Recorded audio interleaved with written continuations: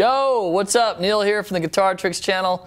GuitarTricks.com. We got a lesson coming your way, how to improvise. The tip of the week is a harmonic glide.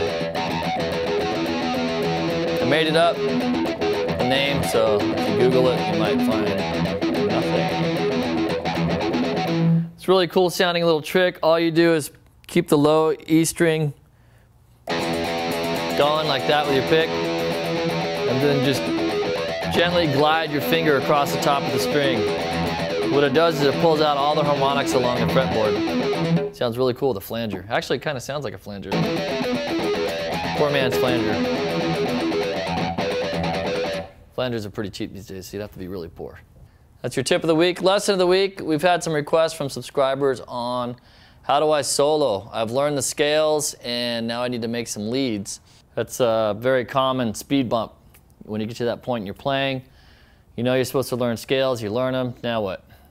Basically, the way I like to think about it is refrigerator magnets. You know those magnets that have all the words, and there's a whole bunch of them, and you make sentences out of them?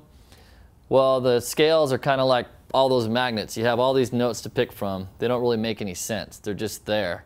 You know they mean something, but they're just scattered.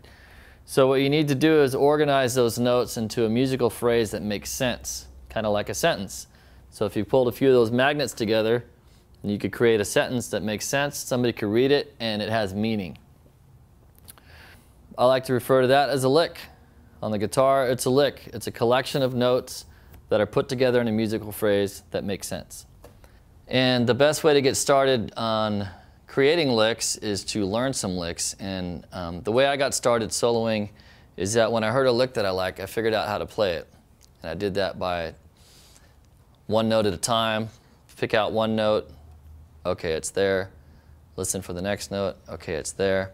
If you're not good at picking things up by ear, it's good practice, but if you're not, you can also use a program like Song Surgeon or a program that slows down music, and it'll be easier to learn it that way.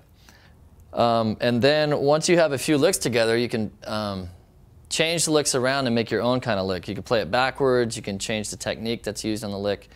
Instead of a hammer-on, you could use a vibrato or something like this. And then you've really got your own style going because you're creating your own licks and your own phrases. You know, everybody talks differently. Somebody might have a Texas dialect, or someone might have an English dialect. Someone might use a lot of slang. I'm from California, so I'm like, hey dude, what's going on? That's awesome. You know what I mean? So everybody's got a different way of talking. It's the same with the guitar. You take a lick that somebody else uses, and then you play it in your own way, and then you're expressing yourself. You've got your own expression on guitar. And whatever your favorite guitar solo is, those licks that you're listening to, that guitar player probably borrowed them from somebody else. So it's kind of the way things are going, and the way things have always gone. Remember, you're only as good as who you steal from. That's our lesson for the week. Hope it helps you out. I'll be back here at 7. Leave me a request. I'll fill them if I can. GuitarTricks.com and the forum, Twitter, MySpace, YouTube, and Facebook.